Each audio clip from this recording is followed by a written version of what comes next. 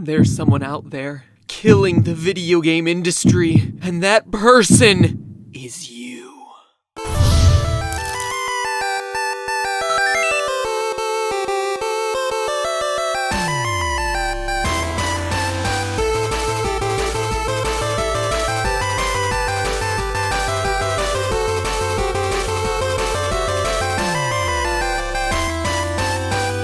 Hello, Internet. Welcome to Game Theory, the show that choosy moms choose, along with Jif. Creamy, obviously. Last time, I gave Nintendo a hard time by saying the Wii U's rushed, expensive, poorly integrated tablet controller was hurting the company's financial performance, and that even though the system sold better than the ill-fated Virtual Boy, its severe underperformance was like history repeating itself. I placed the blame on Nintendo, saying they hadn't learned from their past mistakes, but honestly, they're not the root of the problem. The hard truth is, us gamers, we're a bunch of liars. Nerdy little liars. So what am I talking about? Well, go to any gaming website and there will be article after article, forum post after forum post, bemoaning the lack of innovation in video games nowadays. The video game industry must innovate if it wants to survive. Gamers want innovation. Valve, frustrated by lack of innovation. GameStop blames console decline on lack of innovation. Call of Duty, like some antichrist of game creativity, is always the one getting blamed for this supposed stagnation of video games, as every other company sees the franchise's success and pushes towards the FPS middle ground. Games like Dead Space and Resident Evil abandon their survival horror genre in an attempt to claim their piece of the pie. Uninspired yearly sequels hit the store shelves for shameless cash-ins, and all the while we lament on the Twitters and the Tamblegrams that we want something new, something different, something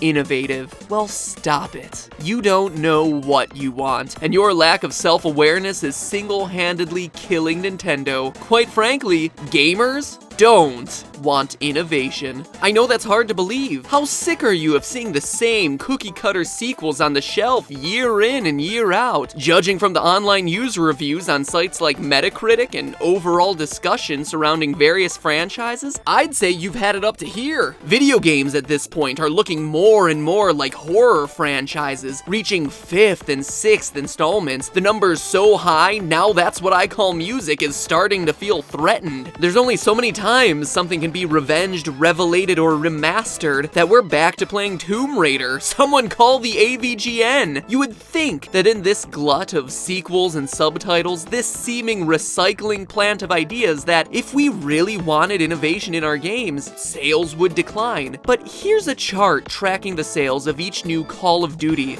Wow, that is a strong growth curve. But maybe Call of Duty is just a fluke. How about its rival, Battlefield? Nope. Okay, well, how about something that isn't a shooter? Assassin's Creed. 8, 9, and 12 million copies sold across the first year for the first 3 installments. Okay, let's go for broke and try something with even less yearly fluctuation. Madden. Wow, that's a name that's never appeared on this show. Theorists, this is probably a new realm of the gaming world for you, so let me explain. Madden is a game series meant to simulate an activity known as football, in which a prolate spheroid meant to mimic a pig's inflated stomach is tossed from player to player until reaching what is known as the end zone. It's a foreign concept, I know. For our scientific purposes, all you need to know is that the franchise's yearly release is often equated to a glorified expansion pack of updated team rosters. And yet, look at the sales chart. We see drastic growth there too. If innovation was something we were truly looking for in our games, COD's latest shooting gallery or Madden's yearly pigskin palooza wouldn't see such tremendous growth, and yet they do. But there's a pattern there, right? All these games can be grouped into bro games. These are the people playing innings of Madden. It's innings, right? No? Frames. Frames of Madden? No, that's bowling. Playing touchdowns of Madden in between bouts at the beer pong table. Or at least that's the portrait painted by a large swath of the gaming community. According to them, these aren't the true gamers who grew up on Mario and Zelda and have since come to hail Shadow of the Colossus and Okami as some of gaming's artistic high points. And if that's that's truly the case, clearly there should be a difference in the buying habits of those gamers, except that there isn't. Here's a chart tracking the sales of major releases in the Super Mario franchise chronologically. The first thing to note here is Mario's declining ability to sell, but let's look at the chart a different way. Let's clear away the 3DS and Wii U games, since those systems are still new and the sales numbers for those games are still coming in. And instead, let's order the games from highest selling to lowest. And see, this is where the pattern really starts to get interesting. See it? Come on, you don't see it? It's an exact replica of my road trip from Ohio to California flipped over the vertical axis. Duh. Incredible, right? Oh, I suppose you wanted me to point out something related to the Mario games, huh? Look at the games at the top of the chart. Super Mario Bros., New Super Mario Bros., New Super Mario Bros., Super Mario World, Super Mario Land, Super Mario Bros. 3. What do they all have in common? I mean, outside of having Super Mario in the title, they're all 2D Mario platformers, a formula as old as the first game.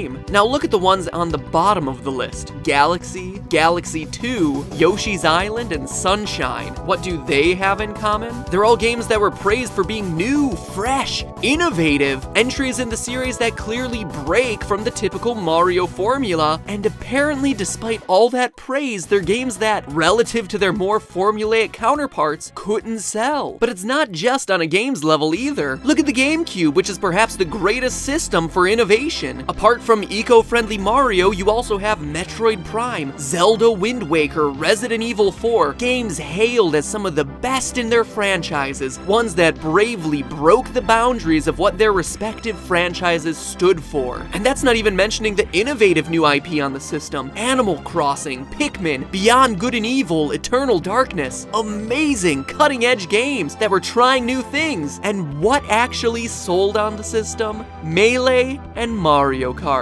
Nothing even came close. And the GameCube quickly became Nintendo's worst performing console. Well, with two exceptions, which shall remain nameless. But not faceless. Show them up on the screen, Ronnie. I don't care if you're loyal to Mario or Sonic, Master Chief or Soap. The fact of the matter is, innovative games just don't sell. List off the top of your head some of gaming's most critically acclaimed titles, games that have shaped the industry. One that comes to my mind? Portal. 8 million copies sold. If you add up both Portal 1 and Portal 2, not bad. BioShock is another one, 4 million. BioShock Infinite, another 4 million. Half-Life 2, 12 million since 2004. Now, don't get me wrong, 1 million of anything is a ton. Take it from me, a 1 million subscriber channel. Humble brag. By the way, thanks guys. And those numbers I just listed off are significant sales numbers, but compare Portal's 8 million sold or Half-Life's 12 million sold to the sales figures for the 8th installment in the Mario Party franchise. It sold 8 million copies. And that puts these numbers in perspective. And the kicker is that these games are the better performing ones. What about the Okamis, No More Heroes, and Psychonauts of the world? The Dreamcast. Here's a sobering figure. Legend of Zelda Wind Waker, for all the praise heaped upon it, receiving perfect scores from gaming magazines, sold 3 million copies.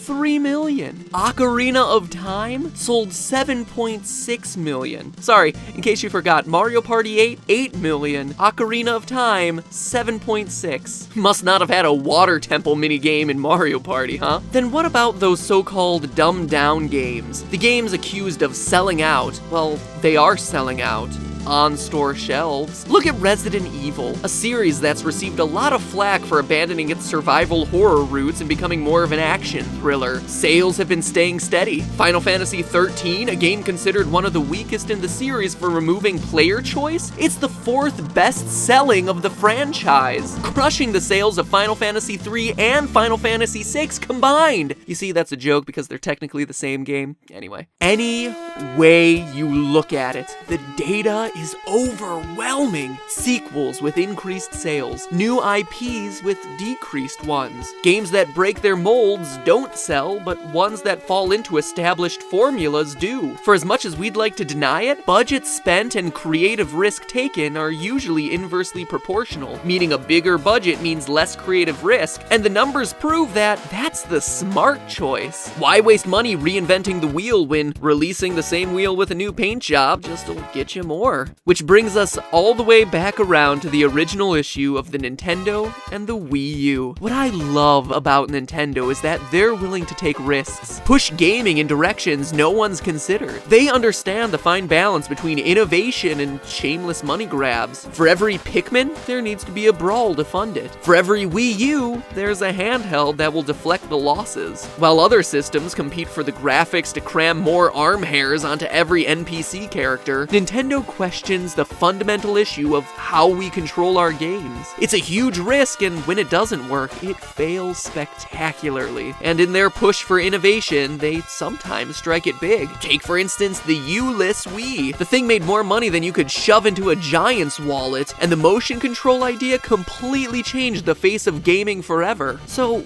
what is the secret? What works and what doesn't? Well, in part 3 of this What Gamers Want trilogy, we seek to find the answer and instead find Flappy Bird. So until then, I leave you with this. Try something new. You just might like it. But hey, that's just a theory.